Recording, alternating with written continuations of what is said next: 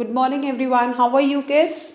So in last class, do you remember हम आप लोगों को याद है हमने कौन सा चैप्टर शुरू किया था? कौन बताएगा? कुछ किया उसका क्वेश्चंस आंसर्स जो मैंने होमवर्क दिया था, जो उनके टेबल्स बने हुए थे, सब किया? ओके, तो कौन सा चैप्टर चल रहा था हमारा? उसी को ही हम कंटिन्यू करेंगे. चैप्टर नंबर 3, माइंडफुल ईटिंग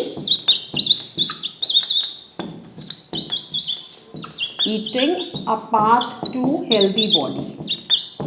तो हमारा लास्ट क्लास में हमने ये चैप्टर बीच में छोड़ा था. Mindful eating a path to healthy body. As a name suggest, जितना अच्छा फूड, जितना फुल ऑफ न्यूट्रिएंट आप खाना खाएंगे, दैट इज़ अ पाथ. वो एक रास्ता है अपनी बॉडी को हेल्दी रखने का. तो हमने इसमें क्या क्या चीज़ें कवर की थी? हमें क्या खाना चाहिए, व्हाट डू वी ईट. उससे रिलेटेड मैंने आपको एक छोटा सा होम असाइनमेंट दिया था कि आपको मंडे से लेके सैटरडे तक का पूरी अपनी रिकॉर्डिंग रखनी है कि आप आपका मंडे को ईटिंग मतलब अलग अलग डेज में, वीक डेज में आपको कैसे कैसे क्या क्या चीज़ें खानी हैं. मंडे को आपके फूड आइटम्स क्या हैं, ट्यूसडे को क्या है, वेंसडे को क्या है, थर्सडे को क्या है, फ्राइडे, सैटरडे, सारा आपने फूड आइटम्स लिखने हैं. उसके बाद हमने लिखा था फूड इन डिफरेंट रीजन्स. हम India is a country which has unity in diversity. Diversity का वर्ड मैंने आपको बताया था. What do you mean by diversified और डाइवर्सिटी?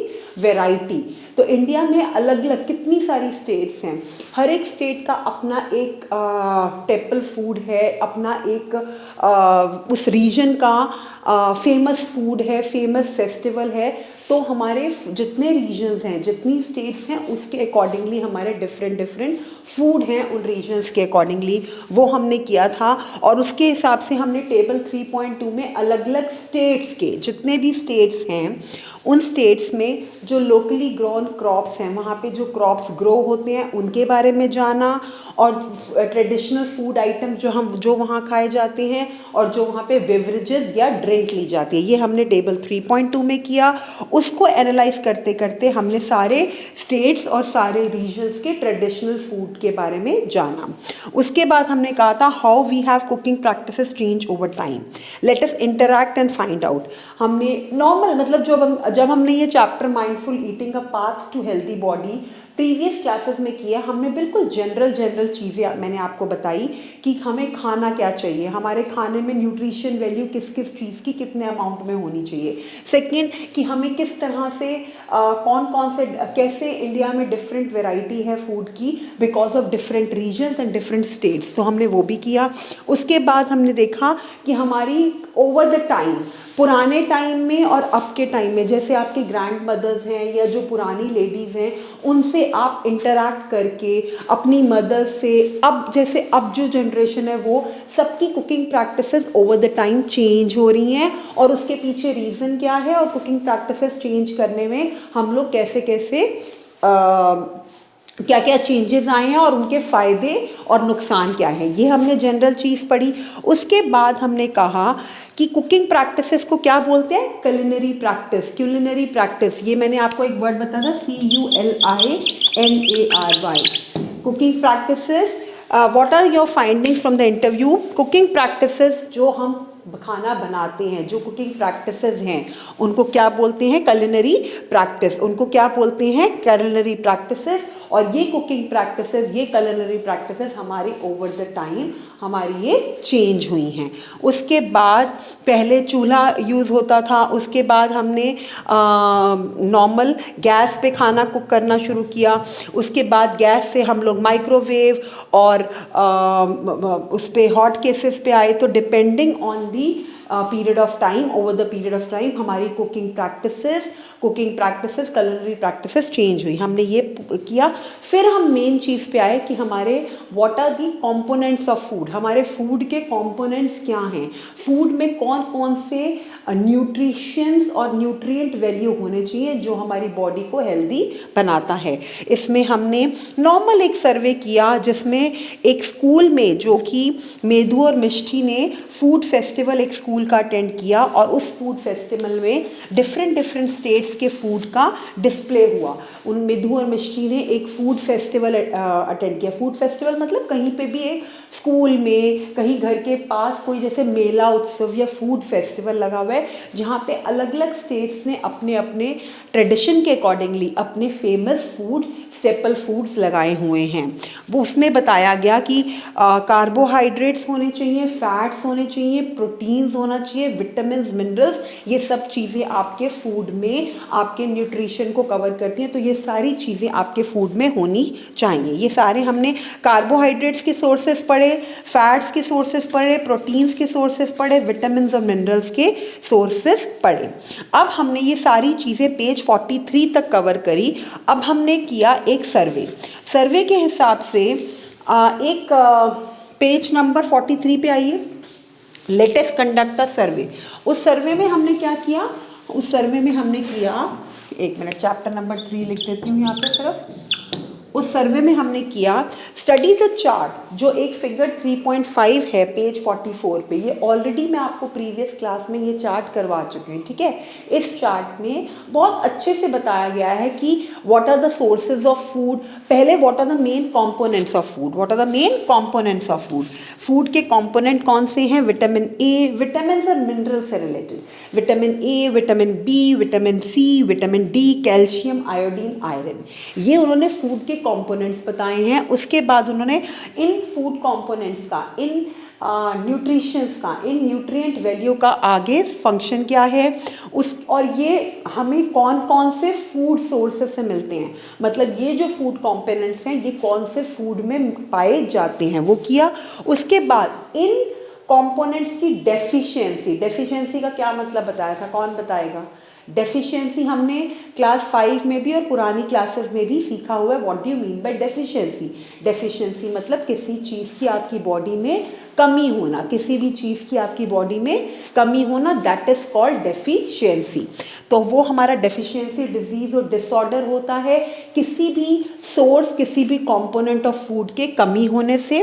फिर उसके सिम्टम्स क्या होते हैं, हमें कैसे पता चलता है कि हमें वो डिजीज़ हो रही है, वो सिम्टम्स हमारी बॉडी में नज़र आना शुरू हो जाते हैं। तो हमें पता चलता है कि हमारी बॉडी में इस न्यूट्रिशन की, इस फूड कंपोनेंट की कमी हो रही है, डेफिशिएंसी हो रही है। तो जब हमें पता चलता है, उससे पहले ही हमें ऐसे सोर्सेज ऑफ फूड को इनटेक करना चाहिए जिनको खा के हमारे बॉडी में प्रॉपर न्यूट्रिशन रहे और किसी भी फूड कंपोनेंट की हमारी बॉडी में कमी नहीं हो। ये वाला चार्ट पेज 44 पे जो चार्ट दिया हुआ है, ये मैंने आपको पहले भी कहा था, दैट इज फिगर 3.5। ये बाय हार्ट आपको लर्न करना है सारा। इसमें कंपोनेंट्स लर्न, पहले तो आपको फूड कंपोनेंट्स में vitamin A, B1, C, D, E नहीं है, कैल्शियम, आयोडीन, आयरन, इन कंपोनेंट्स के साथ इनका फंक्शन क्या है, विटामिन ई से क्या रहता है हमारी बॉडी में, B1 में से क्या रहता है, और ये वाले जो कंपोनेंट्स हैं ये कौन कौन से फूड में ज़्यादा होते हैं या ये कौन से फूड इन कंपोनेंट्स से रिच होते हैं वो, और इन फूड की डेफिशिएंसी से, इन फूड को ना खाने से हमारी बॉडी में क्या डिजीज़ेस होते हैं और उन डिजीज़ेस की हमारी बॉडी में सिम्टम्स क्या हैं, ये हमने सारा कर लिया था। अब हम आएंगे, ये वाला टेबल आपको बाय हार्ट, कैट्स प्लीज़ इनको अच्छे से लर्न करवाना है क्योंकि ये मगअप और लर्न करना पड़ेगा। एक बार आपने इसको अच्छे से समझ लिया तो आपको अच्छे से लर्न भी हो जाएगा। इसमें आपको प्रॉपरली मेन देखना है कि जो विटामिन ए का हमारी बॉडी में फंक्शन क्या है, विटामिन B1 का हमारी बॉडी में फंक्शन क्या है, विटामिन C का हमारी बॉडी में फंक्शन क्या है, what is the function of vitamin A in our body, ऐसे इसका क्वेश्चन आता है। तो आप कहोगे it keeps vitamin A rich food, जो जिन फूड्स में, जिन सोर्सेज ऑफ फूड में विटामिन ए होता है वो हमारी बॉडी को क्या रखते हैं, अब हमारी keep eyes and skin healthy, हमारी आई को और हमारी स्किन को हेल्दी रखते हैं। और ये कौन से सोर्सेज में पाया जाता है, पपीता, पपाया, कैरेट, मैंगो और मिल्क में, ठीक है। तो इस तरह से आपने इस टेबल को लर्न करना है। ये मैं आपके लिए रिकैप्चुलेट कर रही हूँ, मैं आपको इसको लास्ट क्लास में बता चुकी हूँ। Now we will start from page 45, ठीक है। I am reading and all of you will look into the book and please cats help them understanding what we are teaching. From figure 3.5 you have learned आपको पता चला है कि vitamin A, vitamin B1, vitamin C और D और minerals, जितने भी minerals हैं, mineral rich food, calcium, iodine and iron. Minerals में देखो, विटामिन्स में हमारे, विटामिन्स में क्या आता है, A1, B1, A1, B1, C, D, ये हमारे vitamin A, B1, C, D जो आपने सीखे हैं। उसके बाद मिनरल्स में आता है कैल्शियम, आयोडीन एंड आयरन। ये तीनों चीज़ें हमारी मिनरल्स में आती हैं और ये 4 विटामिन हमने सीखे हैं। मिनरल्स में क्या क्या आता है, कैल्शियम, आयोडीन और आयरन, ठीक है। तो विटामिन ए, B1 और C और D, vitamin A, B1, C और D के फंक्शंस लर्न करने हैं। What are the function of vitamin A, B1 and what is the function of vitamin A, B1, C and D in our body? What is the function of minerals in our body? That is calcium, iodine and iron. And इनकी deficiency से हमारी body में क्या क्या diseases हो सकते हैं, इनकी कमी से हमारी बॉडी में क्या क्या डिजीजेस हो सकते हैं, वो भी हमने सीखना है और हमें अच्छे से लर्न करना है। ये वाले जो विटामिन्स और मिनरल्स हैं वो कौन से फूड्स में पाए जाते हैं या कौन से फूड ऐसे हैं जो जो विच आर रिच सोर्सेज, जिनमें विटामिन ए, B1, C और D बहुत अच्छी मात्रा में पाए जाते हैं, वो आपको लर्न अच्छे से करना है, ठीक है। Are 2 group of food components that protect our body from various diseases. वो कह रहे हैं हमें फिगर 3.5 और टेबल 3.5 से पता चल रहा है कि विटामिन के ये चारों, विटामिन ए, B1, C और D और मिनरल्स, ये सारी चीज़ें, ये 2 कंपोनेंट्स ऐसे हैं हमारी बॉडी में, हमारे ये 2 कंपोनेंट्स फूड के ऐसे हैं जो हमारी बॉडी को वेरियस डिजीजेस से प्रोटेक्ट करते हैं, जो हमारी बॉडी को बहुत सारी डिजीजेस से प्रोटेक्ट करते हैं और हमारी बॉडी को हेल्दी रखते हैं। But how we can overcome vitamin and mineral deficiency diseases और डिसऑर्डर्स। हम कैसे विटामिन्स और मिनरल्स की डेफिशिएंसी के डिजीजेस से ओवरकम कर सकते हैं, हम कैसे इन 2 फूड कंपोनेंट्स की डेफिशिएंसी, जब हमारी बॉडी में इन विटामिन्स और मिनरल्स की थोड़ी सी कमी हो जाती है तो उससे हम ओवरकम, उससे हम कैसे लड़ सकते हैं। What are the sources of food which should be eat, हमें कैसे खाने चाहिए ताकि हम ऐसे वाले जो सोर्सेज हैं, जो हमारी बॉडी के लिए बहुत इम्पॉर्टेंट सोर्सेज हैं, उनसे हम लड़ सके हमारी बॉडी और हमारी बॉडी में कम से कम डिजीजेस हों, ओके। तो उन्होंने कुछ पिक्चर्स बनाई हुई हैं, इन पिक्चर्स को सब बच्चे इन जो भी विटामिन्स और मिनरल्स के रिच सोर्सेज ऑफ फूड हैं, जो विटामिन्स और मिनरल्स के रिच सोर्सेज ऑफ फूड हैं, उनकी पिक्चर्स की कटिंग करके, उनकी पिक्चर्स की अच्छे से कटिंग करके अपनी नोटबुक में पेस्ट करेंगे और बोलेंगे vitamins and minerals rich food और सोर्सेज ऑफ फूड, वो वाले ऐसे फूड जिसमें विटामिन्स एंड मिनरल्स पाए जाते हैं। कर लोगे ये? ओके, वेरी गुड, ठीक है। Food components that provide energy, support, growth, help prepare and protect our body from diseases. वो वाले फूड कंपोनेंट जो फूड, अब इन्होंने क्या क्या बोला भाई, देखो, some sources of vitamin A, some sources of vitamin B1, some sources of vitamin C, some sources of vitamin D। Sources of vitamin ए कौन कौन से हैं? पपाया, मैंगो, कैरेट, वही सारी चीज़ें हैं जो हमने टेबल में पढ़ी हैं। उन्होंने इसकी पिक्चर यहाँ पे दे दी है, जो हम टेबल में देखा है ना हमने, उनकी पिक्चर यहाँ पे है। विटामिन जो सोर्स, जिन फूड में विटामिन ए होता है उनकी पिक्चर्स है, जिन सोर्सेज में विटामिन B1 होता है उनकी पिक्चर्स है, जिन सोर्सेज में विटामिन C होता है उनकी पिक्चर है, और जिन सोर्सेज में विटामिन D होता है उनकी भी पिक्चर्स हैं। तो आपने अपनी नोटबुक में vitamin A, vitamin B1, vitamin C, vitamin D और कैल्शियम, आयोडीन और आयरन, ये सारे कंपोनेंट्स जो फूड में होते हैं उनकी पिक्चर्स अच्छे से कट करके अपनी नोटबुक में लगाना है और उनके नेम्स लिखने हैं। Food components that provide energy, support, growth and help repair, protect our body and maintain various bodily functions are called nutrients। हमने क्लास 5 में पढ़ा था what are called nutrients। Class 5 में पढ़ा था और ये मैंने आपको लास्ट क्लास में भी बताया था। हम फिर से उसको एक बार रिवाइज कर रहे हैं। What do you mean by nutrients? Nutrients are those food sources which protect our body from diseases, which help in the growth of our body, which repair our body functions and help in other body functions, that are called nutrients of our body or nutrients of the food which we eat. वो food जो हमारी body को disease से बचाते हैं, जो हमारी body की ग्रोथ में हेल्प करते हैं, जो हमारे बॉडी के कुछ भी चीज़ें, कुछ भी हमारी बॉडी का कोई पार्ट ठीक से फंक्शन नहीं कर रहा because of any of the reason, उसकी रिपेयरिंग करने में हेल्प करते हैं, वो सारे food components are called nutrients. उन सारे फूड कंपोनेंट्स को क्या बोलते हैं? उन सारे फूड कंपोनेंट्स को क्या बोलते हैं? न्यूट्रिएंट्स। क्या बोलते हैं? न्यूट्रिएंट्स। ठीक है। द मेजर न्यूट्रिएंट्स, जो बहुत मेजर इंपॉर्टेंट न्यूट्रिएंट्स हैं हमारी बॉडी के, वो कौन कौन से हैं? Carbohydrates, proteins, fats, vitamins and minerals. हमारे लिए ये चीज़ नई नहीं है बच्चों, है ना, हमने क्लास 5 में पढ़ा हुआ है। जो हमारे मेजर कंपोनेंट्स ऑफ फूड कौन कौन से हैं? Carbohydrates, proteins, fats, vitamins and minerals. Carbohydrates, proteins, fats, vitamins, minerals. Okay, vitamins and minerals को हम हमेशा प्रोटेक्टिव फूड कहते हैं, क्योंकि विटामिन्स और मिनरल्स जो जिन फूड में होता है, अगर वो फूड हम अच्छे से खाएं तो हमारी बॉडी डिजीज से प्रोटेक्ट रहती है। That's why they are called protective food. उसके बाद पेज 46 पे आइए। ठीक है, पेज 46 पे कह रहा है milk, green vegetables. Your parents may have advice you have to.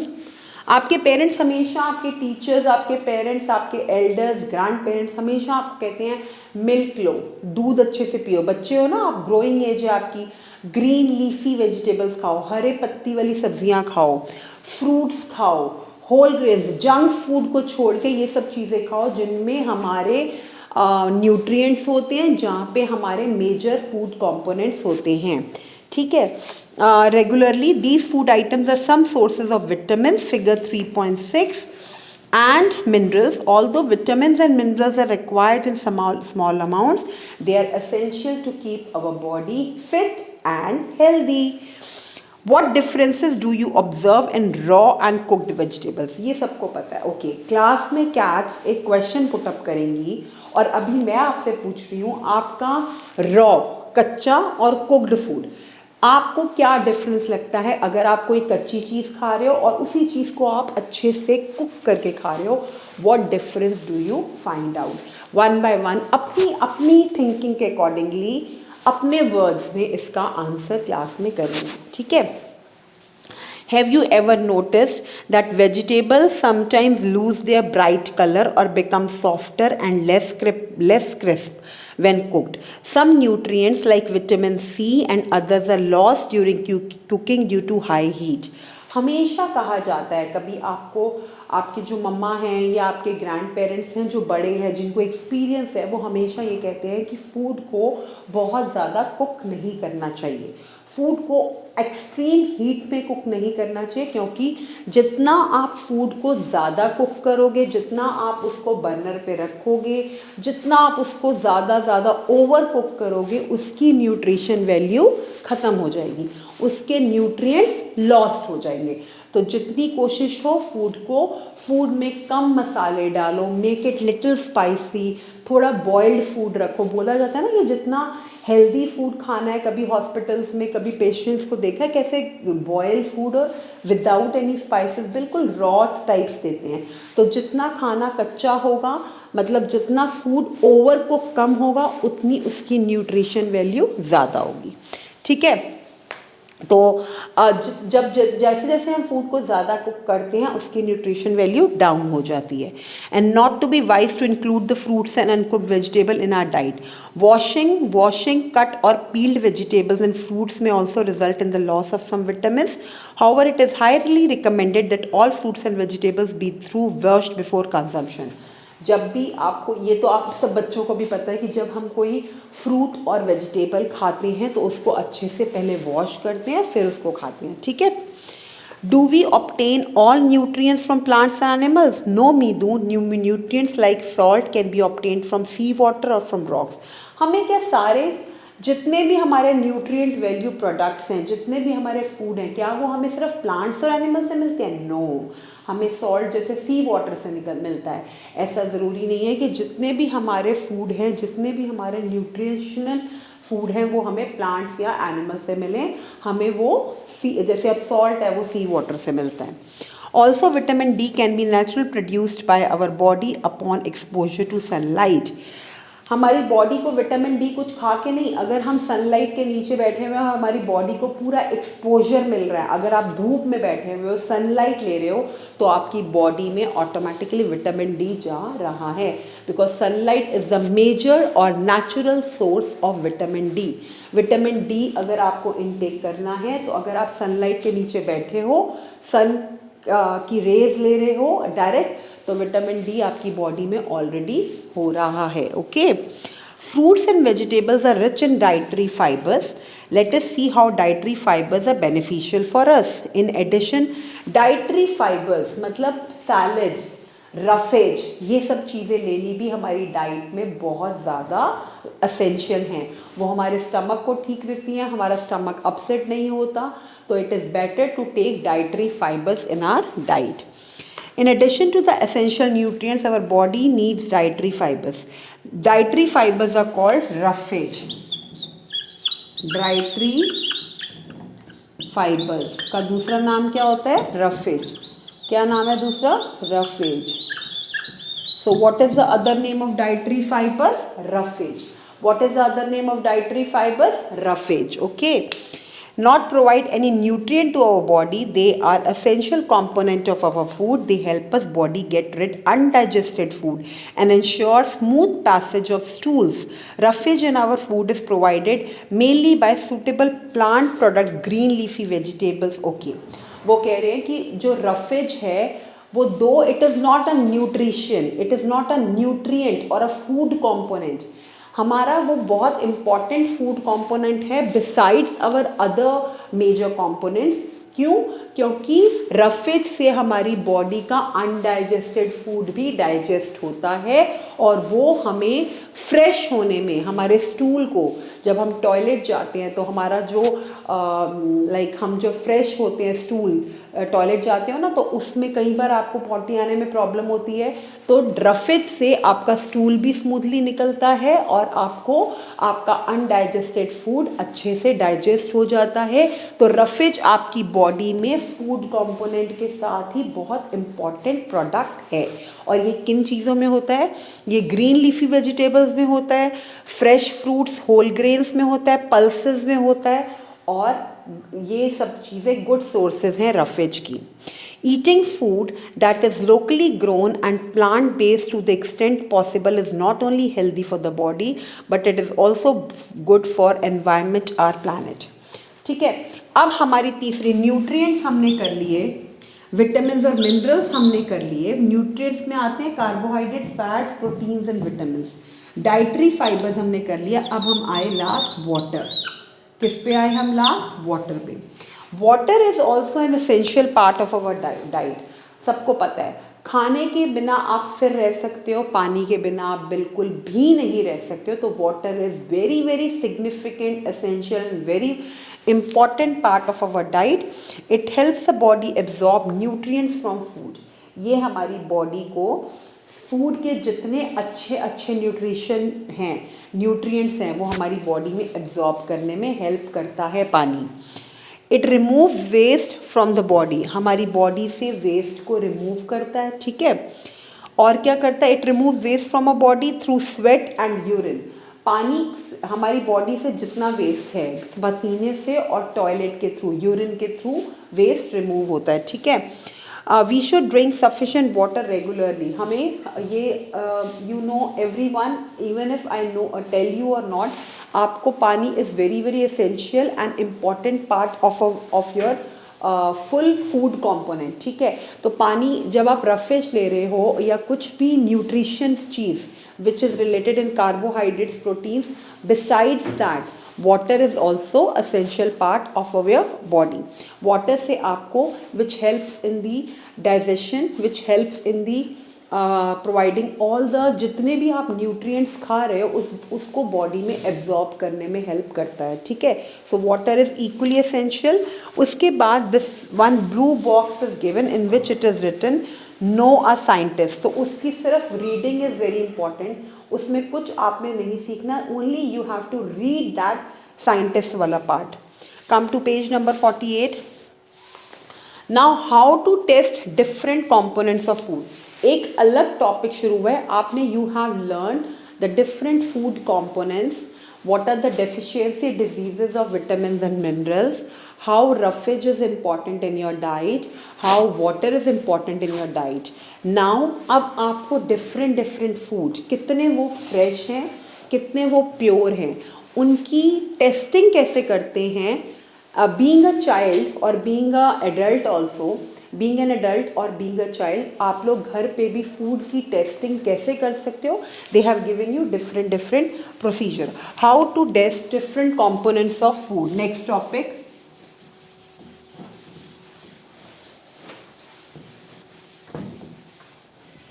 Okay, now our next topic is how to test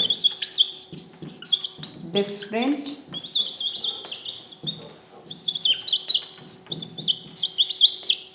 components of food. और कंपोनेंट्स में ऑफ फूड में हमने क्या सीखा है, all components, whether it is carbohydrates, proteins, fats, vitamins, minerals, ये सारे components of food में आते हैं।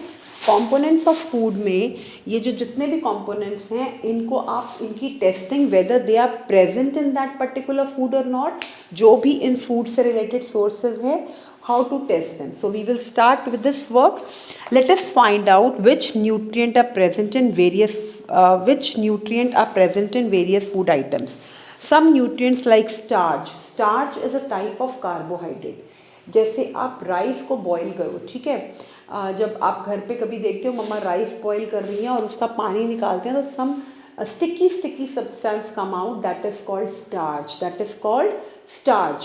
उस स्टार्च को, it is a type of carbohydrates, वो आपको पोटैटोज में मिलेगा, वो आपको राइस में मिलेगा। तो starch is type of carbohydrate. उसकी टेस्टिंग कैसे करनी है, whether starch is present, fats like starch type of carbohydrates, fats and proteins can be detected using fairly simple test.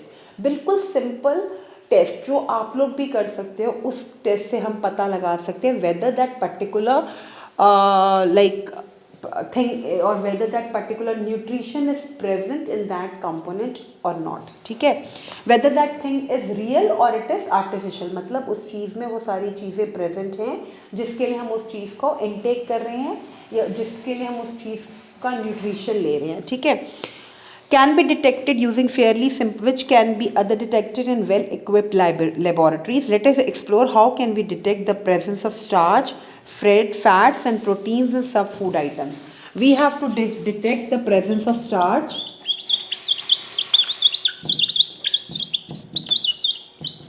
or fats and proteins. तो ये पता लगाना है कि जो फूड आइटम्स हम ले रहे हैं उसमें स्टार्च की प्रेजेंस है, उसमें फैट्स हैं या उसमें प्रोटीन्स हैं। Just to take the test, and they are very simple test and they are not done in laboratories, we can test them simply at our home and we can find out whether these things are present in a particular nutrients or a particular food which you are eating. So presence of, सबसे पहले test for starch है, that is 3.3.1, then test for fats, another test, and then test for proteins. So 3 tests we have to do. After doing these 3 tests, we will be moving to the balanced diet, which we have already done in class 5, and very simple, what is balanced diet. So before ending this class, I will start only with the presence of starch. How to test, कैसे test करना है कि आपकी food items में starch की presence है या नहीं। Okay, let us read this page 48 page पे आइए। Take a small quantity of food item such as slice of potato, आलू को बिल्कुल पील करके उसकी स्लाइस लो, ठीक है।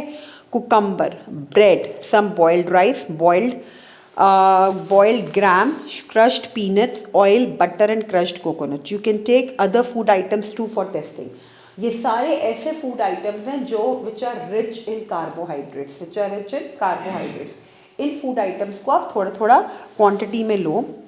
Place a small, and you can see कि these two boys and girls ये जो खड़े हुए हैं इन्होंने ये घर पे ही इसकी टेस्टिंग कर रहे हैं। Place a small piece of each item on a separate dish means यहाँ पे not dish for eating utensil, उस पर आप रख दो इसको। With the help of dropper put 2-3 drops of iodine solution, पानी से घुला हुआ, जैसे जिस पानी में नमक हो थोड़ा सा, ऐसा सॉल्यूशन लो और उसको डालो उस पर। Observe if there is any changes in the colour of food items, have they turn blue black, record your observation. A blue black colour indicates the presence of starch, तो इसको आप अंडरलाइन करेंगे।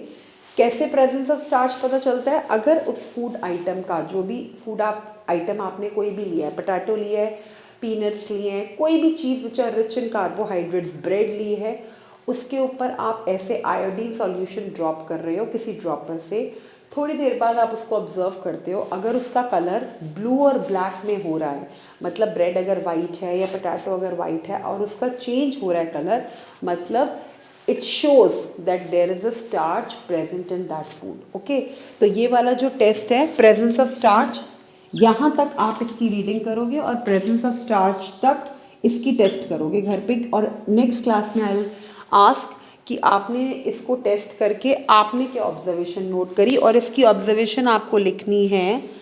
आई will tell you, page number 51 पे table दिया हुआ है एक blue colour का, उस टेबल पे आपको ऑब्जर्वेशन अपनी लिखनी है। Okay, oily patch for fat test, colour of the food item starch test, colour of the food item for protein test.